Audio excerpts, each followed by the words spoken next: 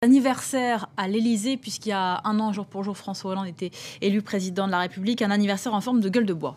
Oui, parce qu'un an après, l'heure n'est plus vraiment à la fête. Une presse française pas très tendre ce matin avec le président de la République. Alors la une de 20 minutes reprend la formule du candidat Hollande qui avait fait mouche à l'époque lors du duel télévisé contre Nicolas Sarkozy. Moi, président, mais cette fois depuis un an, eh bien, la crise, les affaires, les manifestations, François Hollande doit composer avec une popularité au plus bas. Et puis alors la une du Figaro, lui, revient sur le succès hier de la manifestation à l'appel de Jean-Luc Mélenchon entre 30 000 et 180 000 participants, le blues des socialistes pour le journal de droite et même son de cloche pour la presse de gauche à la une de Libération, un titre sans appel, l'homme seul.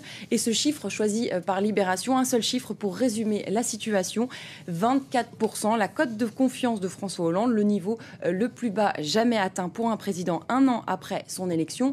Un homme seul, c'est aussi le constat à la une du Parisien ce matin qui est allé chercher du côté des personnalités qui avaient voté à l'époque, qui s'étaient engagées à l'époque en faveur de François Hollande, Benjamin Biolay, Pierre Arditi ou Juliette Gréco. Un an après, ils jugent Hollande et le bilan est loin d'être positif. On ne trouve guère que Benjamin Biolay pour défendre le bilan de François Hollande.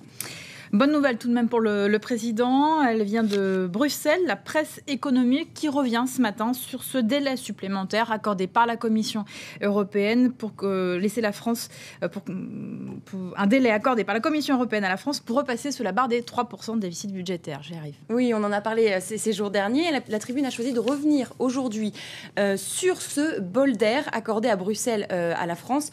La France qui a donc jusqu'en 2015 pour atteindre les 3% de déficit. Alors on pense respirer un petit peu, oui, mais voilà, pour la Tribune, pour l'édito de la Tribune, eh bien, il s'agit en fait d'un cadeau empoisonné. Pourquoi ? Parce qu'il il affaiblit la France, il le classe dans le clan des pays qui vont mal et il ne se trouve plus en situation d'égal à égal pour négocier avec l'Allemagne. On développera tous ces titres vers 7h10. Merci beaucoup Clémence, merci Karina.